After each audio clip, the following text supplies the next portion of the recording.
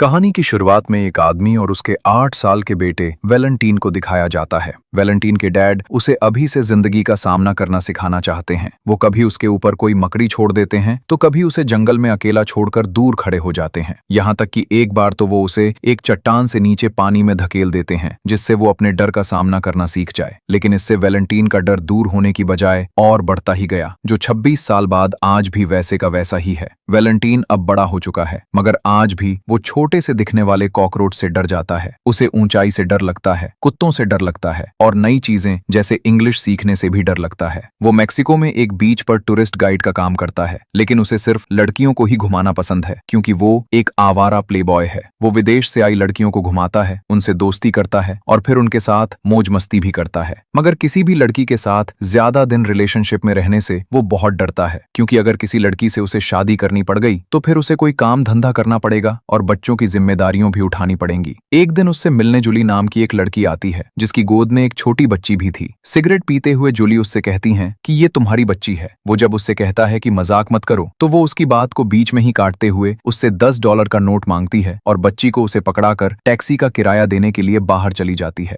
Valentine काफी देर तक उसके वापस आने का इंतजार करता रहता है, मगर वो नहीं आती। वैलेंटीन समझ जाता है कि वो बच्ची को उसके पास छोड़कर भाग गई है। बच्ची के साथ वो जो बैग छोड़कर गई थी उसमें उस बच्ची का पासपोर्ट भी था, जिससे वैलेंटीन को पता चलता है कि इस बच्ची का नाम मैगी है और ये एक यूएस सिटीजन है। वो समझ जाता है कि जूली जरूर उस वापस जाने के लिए एयरपोर्ट गई होगी, इसलिए वो जल्दी से बच्ची को लेकर एयरपोर्ट जाता है। लेकिन तब तक जूली लॉस एंजलिस जाने वाली फ्लाइट में चढ़ जाती है और वैलेंटीन के हाथ में बच्ची को देखने के बाद भी नहीं रुकती। वैलेंटीन को समझ नहीं आता कि वो इस बच्ची का क्या करे। उसे डर है कि बच्ची के चक्कर में उससे उसकी आजादी छिन जाएगी और पता नहीं उसे क्या क्या पापड़ बेलने पड़ेंगे। इसलिए वो उस बच्ची मैगी को जूली को वापस देने के लिए लॉस एंजलिस जाने का फैसला करता है। वो कभी किसी से लिफ्ट लेकर तो कभी पैदल ही अमेरिकन मैक्सिको बॉर्डर की तरफ चल देता है। रास्ते में मैगी को चुप करने के लिए वो उसे अपने बचपन की काफी सारी बातें सुनाता जाता है। एक जगह उसे दूध पिलाता है और यहाँ तक कि अब वो उसका डायपर भी खुद ही बदलने लगता है। आखिर एक ट्रक वाला उसे कुछ मजदूरों के साथ छुपाकर बॉर्डर पार करा देता है और किसी तरह वो लॉस एंजलिस पहुंच जाता है। घर से आते वक्त उसे जूली की एक फोटो भी मिल गई थी। उसे इंग्लिश बोलनी और समझनी बिल्कुल भी नहीं आती, इसलिए यहाँ जूली के बारे में पता करना उसके लिए बहुत मुश्किल साबित होता है। अब वो मैगी को एक होटल में ही एक जगह छोड़कर जूली के बारे में पूछते हुए होटल के 10वें फ्लोर पर पहुंच जाता है। यहाँ उसे फ्रैंक नाम का एक फिल्म प्रोड्यूसर दिख जाता है जो मैक्सिकन लैंग्वेज में ही फोन पर किसी से बात कर रहा था। वो उसी से जूली के बारे में पूछने लगता है, लेकिन इससे पहले कि फ्रैंक उसकी बात सुनता तभी वैलेंटीन देखता है कि मैगी बाहर आकर होटल के स्विमिंग पूल गिर गई है। वैलेंटीन को हाइट से बहुत डर लगता था, लेकिन फिर भी बिना कुछ सोचे वो 10वीं मंजिल से नीचे कूदकर मैगी को बचा लेता है। वो फिल्म प्रोड्यूसर फ्रैंक भी उसे इतने ऊपर से कूदता देखकर उससे बहुत इंप्रेस हो जाता है और अपनी अगली फिल्म में उसे स्टंटमैन के काम का ऑफर दे देता है। लेकिन आज मैगी को बचाकर वैलेंटीन को ऐसा लगने लगा था कि उसे अपनी बच्ची से प्यार हो गया है, इसलिए वो फ्रैंक का ऑफर ठुकरा देता है और कहता है कि मैं अपनी बच्ची को लेकर वापस मैक्सिको चला जाऊंगा। लेकिन फ्रैंक उसे समझाता है कि अगर तुम इस बच्ची को लेकर मैक्सिको चले गए तो वहां एक ना एक दिन तुम्हें जेल में डाल दिया जाएगा, क्योंकि ये बच्ची एक अमेरिकन सिटीजन है। वो कहता है कि स्टंटमैन का काम करके यहाँ तुम अच्छे खासे पैसे कमा सकते हो, जिससे अपनी बच्ची की परवरिश तुम बहुत अच्छे से कर लोगे, जो कि मैक्सिको में तुम कभी नहीं कर पाओगे। ये बातें सुनकर वैलेंटीन मैगी को प्यार से देखता है और बिना अपने डर की परवाह किए वो फ्रैंक के लिए स्टंटमैन का खतरनाक काम करने को तैयार हो जाता है।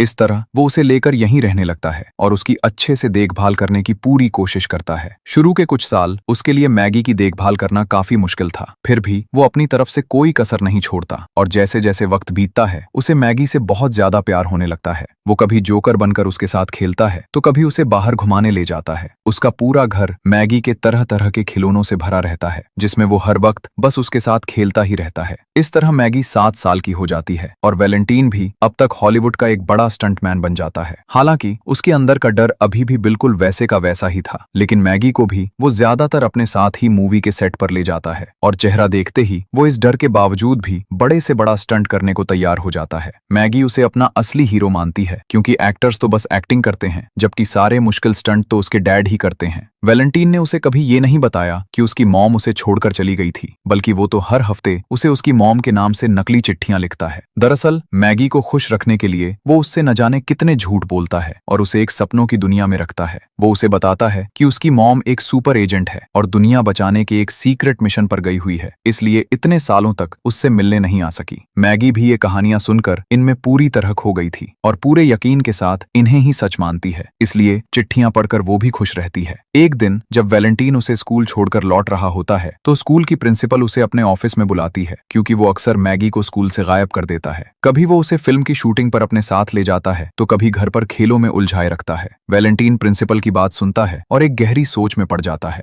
अगले दिन वो एक डॉक्टर के पास जाता है, जहां उसके साथ साथ मैगी भी डॉक्टर से इंजेक्शन लगवाती है। दरअसल वैलेंटीन कहता था कि उसे इंजेक्शन से बहुत डर लगता है, इसलिए मैगी भी इंजेक्शन लगवाने के बाद कहती है कि देखो कुछ नहीं होता। दोनों को इंजेक्शन लगाने के बाद अब डॉक्टर वैलेंटीन को कुछ दवाइयां देता है और मैगी को भी कुछ दवाइयां देकर कहता है कि ये तुम्हारी विटामिन की गोलियां हैं, इन्हें टाइम पर लेते रहना। मैगी के बाहर जाने के बाद डॉक्टर उदास होते हुए वैलेंटीन को बताता है कि जो ट्रीटमेंट हम अब तक चला रहे थे वो फेल हो गया है। ये सुनकर वैलेंटीन का मुंह उतर जाता है और वो पूछता है कि कितना टाइम बचा है, जिस पर डॉक्टर जवाब देता है कि अब बहुत ज्यादा टाइम नहीं है। इससे ज्यादा इस सीन में कुछ नहीं बताया जाता, लेकिन इस सीन को देखकर और वैलेंटीन के चेहरे का डर देखकर हमें यही समझ में आता है कि कुछ तो है जिसकी वजह से मैगी के साथ गुजारने के लिए उसके पास थोड़ा ही वक्त बचा है। इस खबर के बाद वो मैगी के साथ और ज्यादा वक्त बिताने के लिए उसे अम्यूजमेंट पार्क ले जाता है, जहां वो दोनों खूब मस्ती करते हैं। यहाँ एक औरत अपनी बेटी समझकर गलती से मैगी का हाथ पकड़ लेती है, जिससे वो बहुत उदास हो जाती है और वैलेंटीन से कहती है कि उसके दोस्त उसका मजाक उड़ाते हैं और कहते हैं कि उसकी माँ पता नहीं है भी या नहीं, क्योंकि उसने अपनी माँ को कभी देखा ही नहीं। वो उससे पूछती है कि जब उसकी मॉम उससे इतना प्यार करती हैं तो फिर उससे मिलने क्यों नहीं आती। मैगी की ये बात सुनकर वैलेंटीन बहुत परेशान हो जाता है और अब वो अपने प्रोड्यूसर दोस्त फ्रैंक के साथ मिलकर मैगी के लिए उसकी एक नकली माँ का इंतजाम करने लगता है, जिसके लिए फ्रैंक कुछ साइड एक्ट्रेसेस का ऑडिशन भी लेता है। इसके बाद घर पर वैलेंटीन मैगी को फिर से जूली की एक नकली चिट्ठी पकड़ा देता है, जिससे वो ये जानकर बहुत खुश हो जाती है कि आखिरकार उसकी मॉम उससे मिलने आ ही रही हैं। लेकिन इस नकली प्लान में अचानक कुछ असली हो जाता है, क्योंकि पूरे 7 साल बाद आज अचानक जूली का ही फोन आ जाता है, जिसे कहीं से वैलेंटीन और मैगी के बारे में पता चल गया था और अब वो अपनी बेटी से मिलने आना चाहती है।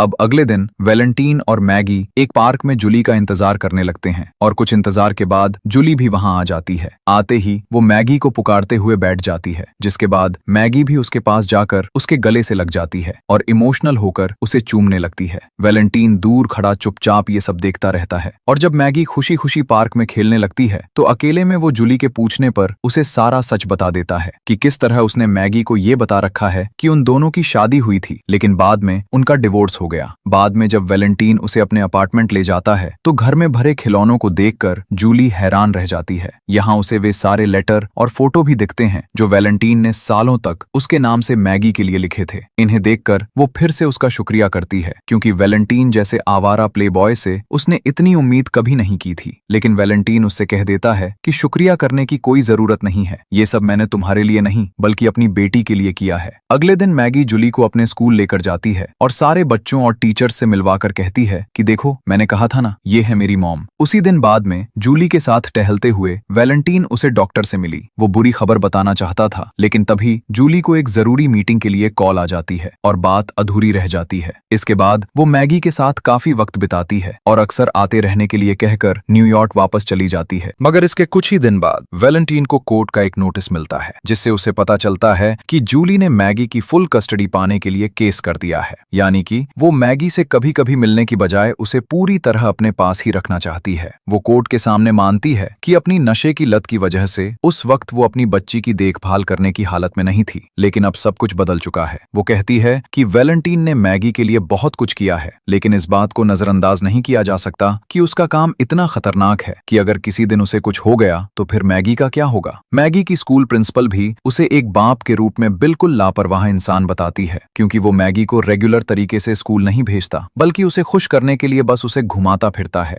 जूली का पक्ष सुनने के बाद जज उन्हें 2 हफ्ते बाद की तारीख दे देता है, जिस पर वैलेंटीन का भी पक्ष सुना जाएगा और उसी के आधार पर कोई फैसला दिया जाएगा। कोर्ट से बाहर वैलेंटीन जूली से पूछता है कि तुम मेरे साथ ऐसा क्यों कर रही हो? मैंने तो तुम्हें कभी भी जूली से मिलने से नहीं रोका। लेकिन जूली कहती है कि अपनी बेटी से मिलने के बाद मुझे उससे प्यार हो गया है, इसलिए मैं हमेशा के लिए उसे अपने पास रखना चाहती हूँ और वैसे भी वो मेरे पास ज्यादा सेफ रहेगी। इसके बाद एक दिन जब वैलेंटीन मैगी को लेने स्कूल जाता है तो वहां जूली भी आ जाती है और उसे कोर्ट का एक ऑर्डर दिखाते हुए कहती है कि जब तक केस चल रहा है तब तक हफ्ते में 3 दिन वो भी मैगी के साथ आधा दिन गुजार सकती है। अब मैगी स्कूल से बाहर आती है तो वैलेंटीन उसे शाम तक के लिए जूली के साथ जाने को कह देता है, जिससे मैगी बहुत खुश हो जाती है। जूली उसे काफी सारी शॉपिंग कराती है, घुमाती फिराती है और बच्चों का एक शो भी दिखाने ले जाती है। रात को वो उसे वैलेंटीन के घर छोड़कर वापस चली जाती हैं। तो मैगी देखती है कि वैलेंटीन को काफी सारी चोटें लगी हुई थीं, क्योंकि मैगी के लिए वो अपना स्टंटमैन का काम छोड़कर आज एक बूढ़ी औरत के घर काम करने गया था। मगर ये काम उसके लिए और भी खतरनाक साबित हुआ और अब उसका ये हाल है। इसके बाद कोर्ट की अगली तारीख पड़ती है, जिस पर उसका प्रोड्यूसर दोस्त फ्रैंक कोर्ट को वो कहानी बताता है कि कैसे अपनी बेटी को पूल में डूबने से बचाने के लिए वैलेंटीन ने 10वीं मंजिल से छलांग लगा दी थी, जिसके जवाब में जूली का तो उसी की लापरवाही की वजह से पहुंची थी। इसी तरह और भी कई लोग वैलेंटीन के पक्ष में गवाही देते हैं, लेकिन जूली का वकील अपनी दलीलों से इन सब की काट कर देता है। ये सब देखकर फ्रैंक को लगने लगता है कि वो ये केस नहीं जीत पाएंगे, इसलिए वो वैलेंटीन से कोर्ट को वो डॉक्टर वाली खबर के बारे में सब कुछ बताने के लिए कहता है। मगर वैलेंटीन ऐसा करने से मना कर देता है। वो कोर्ट में बस इतना ही कहता है कि वो अपनी बच्ची से बहुत प्यार करता है और वो भी उसके साथ बहुत खुश रहती है। इसलिए आप सिर्फ इसलिए मुझे मेरी बेटी से अलग नहीं कर सकते कि 7 साल बाद एक औरत को अचानक याद आ गया कि उसकी एक बेटी भी है। जज वैलेंटीन की इस बात से बहुत इंप्रेस हो जाता है और वो फैसला सुनाता है कि बच्ची को उसे ही दिया जाएगा जिसे वो बचपन से ही जानती है, जो उसके लिए ऊंची बिल्डिंग से कूद भी सकता है और उसी के लिए कूदना छोड़ भी सकता है। इस तरह वैलेंटीन मैगी की फुल कस्टडी हासिल करने में कामयाब हो जाता है और अब वो स्टंटमैन की जॉब छोड़ने के साथ ही इंग्लिश भी सीखना शुरू कर देता है। लेकिन फिर एक दिन उसका वकील आकर उसे बताता है कि जूली उसका डीएनए टेस्ट कराना चाहती है। इस तरह वैलेंटीन का डीएनए टेस्ट होता है, जिसका रिजल्ट देखकर जज समेत सब लोग हैरान रह जाते हैं, क्योंकि टेस्ट से ये साबित हो गया था कि वैलेंटीन तो मैगी का असली बाप है ही नहीं। ये जानकर वैलेंटीन का दिमाग घूम जाता है, क्योंकि जूली उसकी बताकर किसी और की बच्ची को उसके पास छोड़कर भाग गई थी। मगर फिर भी अब उसे इस बात से कोई फर्क नहीं पड़ता कि मैगी से उसका खून का रिश्ता है या नहीं। फर्क पड़ता है तो बस इस बात से कि कोर्ट ने उसकी बच्ची को जूली के हवाले करके उससे दूर करने का फैसला सुना दिया है। इस तरह अब वो वक्त भी आ जाता है जब जूली के साथ जाने के लिए मैगी अपना सामान पैक कर लेती है। अब तक तो वो अपनी मॉम के साथ जाने की जिद कर रही थी, लेकिन जब जाने का वक्त आया तो वो बहुत इमोशनल हो जाती है और वैलेंटीन से लिपट कर रोने लगती है, जिससे वैलेंटीन की आंखों से भी आंसू बहने लगते हैं। ये देखकर जूली वैलेंटीन से कहती है कि मैं नीचे इंतजार कर रही हूँ, तुम मैगी को लेकर जल्दी बाहर आ जाना। मगर उसके जाते ही मैगी रोते हुए वैलेंटीन से कहती है कि मुझे नहीं जाना किसी के साथ, मैं अपनी पूरी जिंदगी बस आपके साथ रहना चाहती हूँ।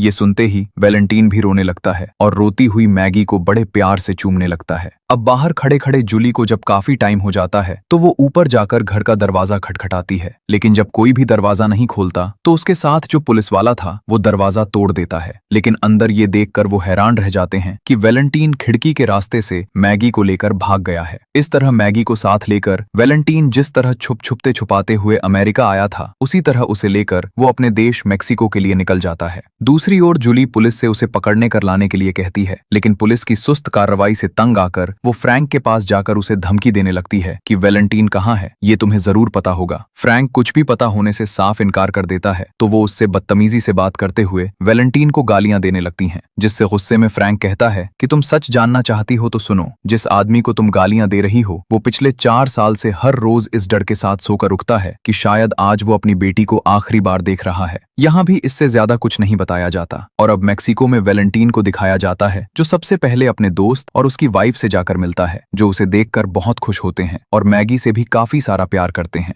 मैगी अपने दादाजी से भी मिलना चाहती थी, लेकिन पता चलता है कि कुछ साल पहले उनकी मौत हो गई। वो दोनों अब उनकी कब्र पर जाते हैं, जहां से वो दोनों उस चट्टान पर भी जाते हैं जहां से दोनों एक साथ उसमें छलांग भी लगाते हैं, लेकिन उतनी ऊंचाई से नहीं जितनी से वैलेंटीन को उसके डैड ने कुदाया था। वैलेंटीन बस मैगी की हर ख्वाहिश पूरी करना चाहता था, क्योंकि शायद अब वो ज्यादा वक्त तक उसके साथ नहीं रह पाएगा। डॉक्टर ने जो खबर उसे सुनाई थी उसमें कुछ ना कुछ तो ऐसा है जिससे ना चाहते हुए भी वो मैगी से दूर हो जाएगा। वो उसके साथ मछलियां पकड़ता है और हर वो काम करता है जिससे मैगी को ज्यादा से ज्यादा खुशी दे पाए। इसके बाद एक बीच पर मैगी बच्चों के साथ खेल रही होती है और वैलेंटीन उसे ऐसे देखे जा रहा है जैसे उसके अलावा कोई और चीज देखना ही न चाहता हो। तभी दूर से आती हुई जूली पर मैगी की नजर पड़ती है तो वो दौड़कर वैलेंटीन के पीछे छुपने लगती है, लेकिन वो इशारा करके उसे उसकी मॉम के पास जाने के लिए कह देता है। आते ही जूली मैगी को बड़े प्यार के साथ गले लगा लेती है, उसके ऊपर बहुत सारा प्यार लुटाती है। अब वो मैगी को ले जाने का जिक्र भी नहीं करती और वैलेंटीन की तरह ही वो भी उसे खेलते हुए बस देखती ही रहती है। वो दोनों कई दिन तक इसी तरह मैगी के साथ खेलते रहते हैं। जितना हो सकता है उसे उतना प्यार करते हैं। और फिर एक दिन जब डूबते हुए सूरज को देखते हुए मैगी वैलेंटाइन की गोद में सो रही होती है तो अचानक उसका हाथ वैलेंटाइन के कंधे से नीचे गिर जाता है, जिसे देखते ही उसके साथ जूली भी रोने लगती है, क्योंकि उन्हें पता है कि उनकी बच्ची ने आज अपनी आखिरी सांस ली है और वो उन्हें छोड़कर हमेशा के लिए चली गई है। डॉक्टर ने जो बुरी खबर सुनाई थी वो असल में मैगी के बारे में थी। 4 साल पहले वैलेंटाइन को मैगी की दिल की एक ऐसी बीमारी के बारे में पता चल गया था जो खामोशी के साथ एक दिन इंसान को मौत की गहरी नींद सुला देती है, लेकिन वैलेंटाइन ने उसे इसके बारे में कभी पता नहीं चलने दिया। मैगी के इलाज की हर मुमकिन कोशिश के बाद भी जब डॉक्टर ने हाथ खड़े कर दिए तो फिर वो उसे खुश रखने के लिए जो हो सकता था करने लगा। मैगी का जब मन करता वो स्कूल जाती, वो कभी उसे फोर्स नहीं करता, और जब उसका खेलने का मन करता तो वो बच्चों की तरह उसके साथ खेलता, उसकी हर ख्वाहिश पूरी करता। जूली को भी फ्रैंक से ये बात पता चल गई थी, इसलिए वो भी सब कुछ छोड़कर अपनी बेटी की जिंदगी के आखिरी दिनों में उसके पास चली आई थी। और फिर उसे वैलेंटाइन से दूर ले जाने के बारे में उसने सोचा भी नहीं, क्योंकि मैगी की खुशी वैलेंटाइन में बसती थी और अब ये खुशी वो उससे छीनना नहीं चाहती थी। इसके 1 साल बाद वैलेंटाइन को उसी बीच पर घूमते हुए दिखाया जाता है जहां मैगी उसे छोड़कर गई थी। वो आसमानों की तरफ देखता है और उसे ऐसा लगता है जैसे मैगी वहां अपने दादाजी के साथ खेल रही है। उससे प्यार करने वाले अपने डैड और अपनी बेटी की यादों को वैलेंटाइन हमेशा अपने दिल में बसाकर रखता है। एक जिन्होंने उसे जिंदगी का सामना करने के लिए तैयार करने की कोशिश की, और दूसरी जिसने उसे बिना तैयारी के जिंदगी का सामना करना सिखाया।